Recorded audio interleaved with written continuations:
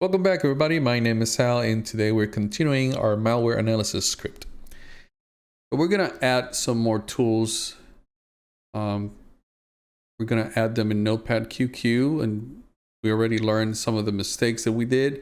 Have to be somewhat careful. So we're going to do binwalk and PESec, and I'm going to put everything above floss, because floss is the one that takes the longest. Just going to copy what Yara said. This is when you start making mistakes. PESec. Actually, let's just leave it PESec. And then this is going to say PE. Actually, it's going to be binwalk and PE. So we're going to say binwalk ampersand PESec into our full. These two look for certificates, gives you the information of that certificate. Each one holds a little bit of different pieces, so I just decided to put both of them into one line. So we'll write binwalk and PESec. And then here is gonna say checking for certificates. And the command is going to be binwalk, of course, target file, which is the one that we input it, goes into the one that we haven't declared yet, file, say bin _ bin. We haven't declared that one yet, and we give it a cat file bin into full, and then let's do PESec target file, and then file, let's call it I don't know, PSec, and then we haven't declared that one yet either. PSec into bin, into full, I'm sorry. What we have here, we have two. We just did bin, and we did PSec, and then above that, we're gonna do above this here. This is where we made our last mistake. bin, we're declaring it now. And here is where we made our mistake, because we forgot to create our own specific file. And this should say binwalk. And then we'll do another one. This one is PESec. We're declaring it now. And we can say PESec and store PESec. We can add more tools, which I'm just gonna do now. So let's go ahead and declare them now. I'm just gonna leave some space so I don't forget. So let's do, we're gonna do exif tool at the end of this line here. Well, it doesn't matter really. Doesn't matter. You can move them around how you want. So we're just gonna do exif tool then. So we're just gonna call it exif, I guess. Yes, let's do that. We just declared it, and we have to say exif tool, or we can just do exif, and here say exif tool, and do another one with PE scan, I guess. So how do we call this one? P scan, I guess, or yeah, no, PE. Screw it. Let's just say scan. Same here. Same thing here. PE scan and PE scan. We're declaring our variables right now. What am I doing here? And we have the hash. We don't have PE pack. So we'll say this one, I don't know, we just call it pack. You can call it whatever you want. PE pack. And PE pack, and once we execute them, I'll show you what all of these guys do. And I think we have all of them except my custom made Yara rule, which I'll do later. We did exif, we did PE, we did scan, and we did pack, right? Exif, scan, pack. Exif, scan, pack. Okay. Now, Where the hell did I add those? They're under Yara, under bin and sec. And then we did bin and sec, and then we do this guys here. So let's just go ahead and this is going to be a long one, folks. Let's go ahead and do run exif tool.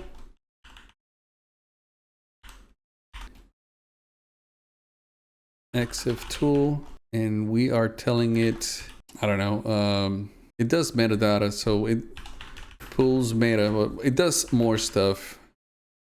So we'll just leave it like that for now, just so we can show the user what we're doing. Exif tool, and we already declare exif, and exif goes into full. Okay, we're gonna probably have tons of errors. Let's do then next was scan, PE scan. I might need to cut this video into two maybe. PE scan,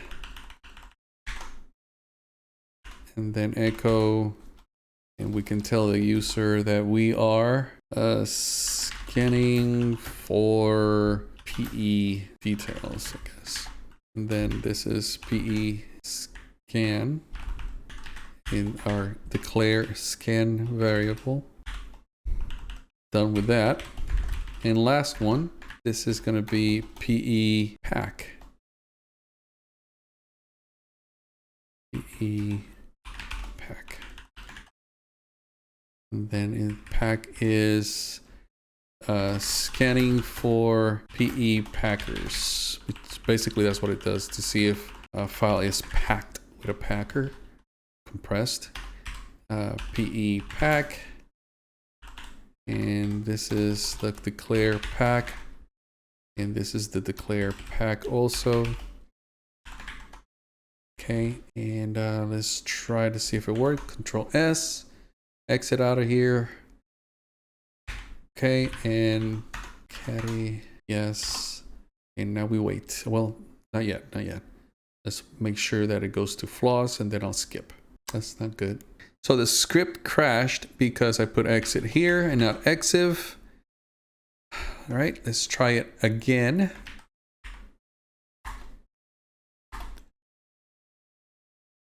And I'm gonna jump ahead. Okay, I'm gonna say yes. Let's check to see how it looks. I got my TRID, got my hash, got the API hits from the Yara. There's a Microsoft, it's a Microsoft executable. It doesn't show that it has a certificate. Exif tool tells me again some information. That's the version of this. It's a 32-bit file. PE scan tells me the entropy, I believe, somewhere. Yeah, entropy, it's 5. So it's a normal, it's compressed in a normal way. There's no pack. Yeah, there's no packer. If it was packed, this number would be higher. And then, of course, all our flaws stuff. All right, so I know that I mentioned before we're going to create a Yara rule to pull URLs, but I found a better way. I'm going to show you PEFrame, which we're going to add as we have done with the other tools. And I'm going to use it against this random sample, which I downloaded. Okay, so let's take a look at PEFrame. So basically, if I was connected to the internet, which I'm not right now, I have this virus total information, but it's a PE32 executable. It's got the imp hash, which is as I understand it, it's a hash created by the way that the malware is calling the APIs. It's very, very specific.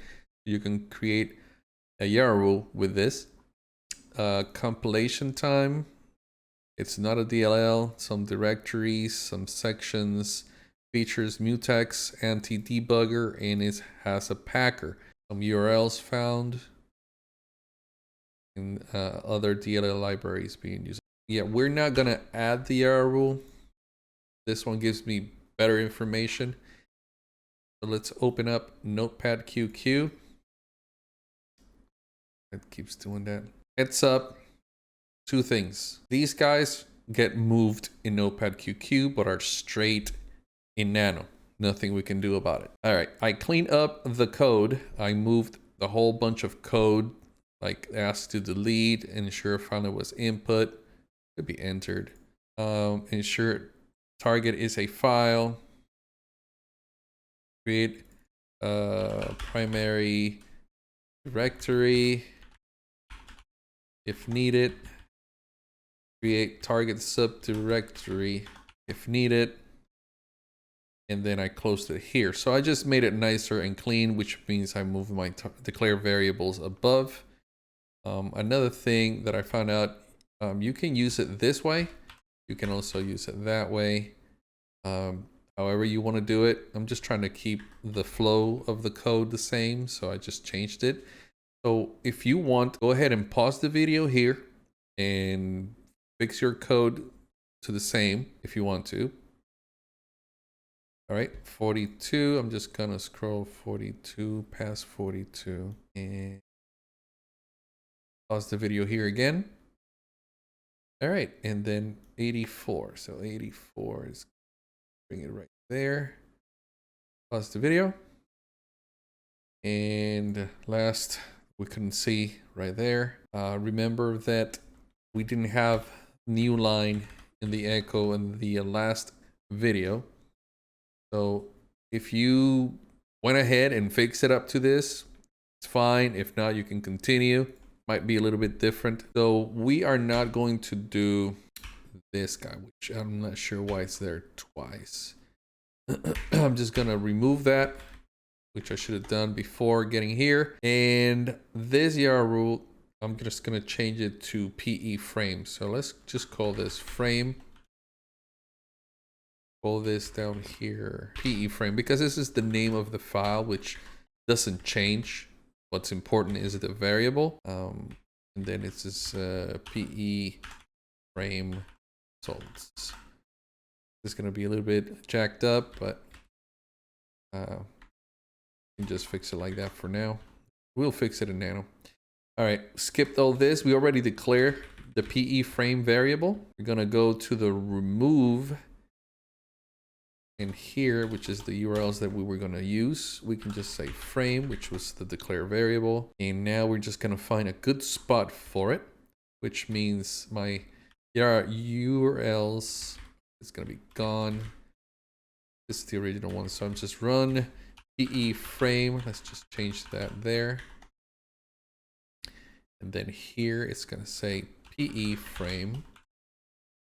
And then for the user, static analysis, you can just say performing analysis.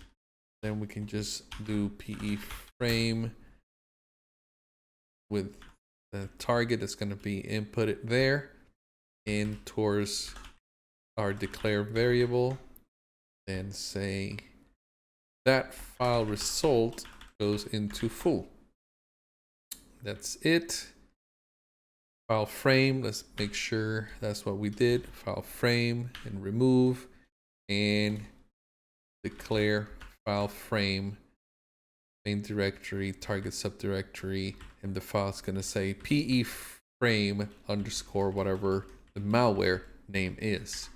Did I control X by accident? I want to make sure that, because we are in Notepad QQ. Let's go ahead and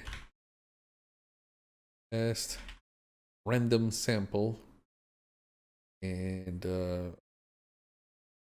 say yes for now. And I'm going to skip. All right, that was quick. Another thing I forgot to tell you is that you can change these dots to say whatever you want. Okay, let's say yes. Hopefully everything will be there. Got my TRID, got my hash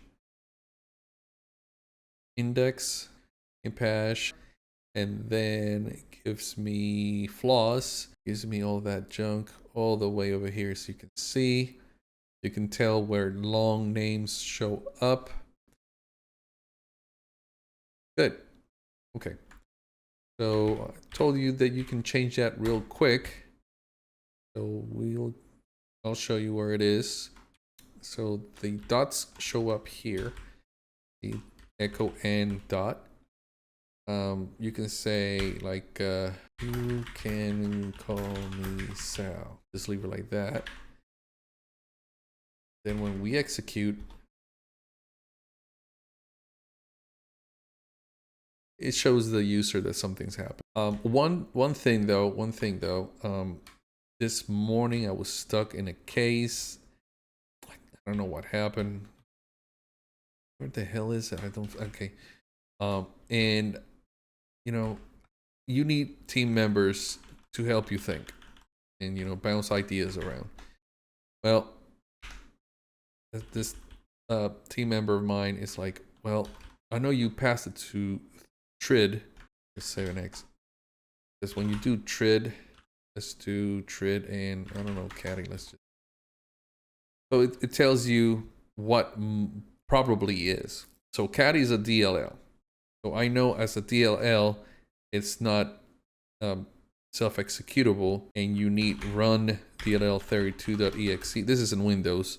And then the name of the file, comma, install A, because it's a DLL. I mean, you gotta make sure that, you know, it says caddy.dll, and then boom, and then it will execute. Okay, that's not a problem. The problem is, oops, sorry. Let's do TRID and random. It's an executable, more than likely a 32-bit executable, right? So let's do file. File says GUI. So the one that I was stuck in was a console, and I double clicked on it and it pop up the control prompt, and it just disappeared. What the hell is going on? Well, I wasn't thinking clearly. And once I did file, it just said console here. So let's add the preview. I want to add a preview. What am I doing? To this area here, because as you can tell, this TRID goes into the report. This TRID, it's basically for immediate user view, or I can just say for preview, you know, be a little bit more clear, not so technical. And let's just do echo E, and let's do some lines to separate, because TRID, although it's a good program, it doesn't give you that hint, which I needed. So file, and then target file. Just for preview. For preview. Let's go ahead and Control S to save, Control X to exit. Let's file, let's find, there it is. See what happens. Yes. Okay. Let me just stop it. Stop it. That's a bad thing about this visual. It won't stop. I'm gonna have to close and open a new one. But it says right there, random sample GUI. Let me just kill it. Okay. So one last thing, I believe. Let's do, since it's a preview, let's give it a sleep of 3 seconds. This should say an MS Office file, then use only VBA tools. Okay. So let's try it again. Just say no. It stops there. It gives you a 3-second preview before it continues. So as of now, I think we have captured everything we need. The only thing we have not touched is how to make our script a global script. All right, so as a bonus, I'm going to show you how to make your script work globally, meaning that you can execute it from any directory. Just like when you do nano, you just type nano in the name of the file. You don't do nano this way. So the word test is a reserved word. I didn't know it when we started this, so we're going to have to change that. But before that, let's go into the file, and we're going to disregard this for now. You're not going to have this problem unless you copy the file from the protected directory back out, and then you have to sudo into it to make any changes. Anyway, take this alias here. It used to say test, so just change it to whatever you want. In my case, I'm going to change it to forensics. Control S, to save, Control X to exit, disregard that comment that I have. You won't have this issue. And then we're gonna rename it using move test into forensics. And don't do the .sh, okay? Because the alias is gonna find the file and it's gonna acknowledge that this is a .sh file. I mean, it has the bin bash in it. So that's what the alias does. So now our file looks forensics, and we're going to sudo copy the file forensics into the user local bin. So that error that I had before is because I moved it from that protected folder outside, and it has some I guess attributes that needs the super user to. Okay, so I'm gonna delete it from here just to show you that it works. Forensics. See, it's right protected, so I gotta do remove forensics. No longer there. So I'm gonna type forensics caddy, and it's going to execute that's normal, and I'm just gonna skip in a few seconds. All right, let's go ahead and view the output. Make sure that everything works. We have our TRID. We don't have our file in here. We just made it into a, if you remember, into a preview. But you can certainly add it if you want. PEFrame with all the junk and our flaws. All right. So that is the trick. The trick is to first name the file in the alias the way it's supposed to be. Then the second thing is remove the file format, so it's the .sh in this case, and copy to the user local bin for it to work globally. So if you need to do some changes to it, I highly recommend that you back up your scripts, because if you do an error, copy or a move, it may disappear on you, and there goes all your hard work. It's not bad to do it all over again, because practice makes perfect.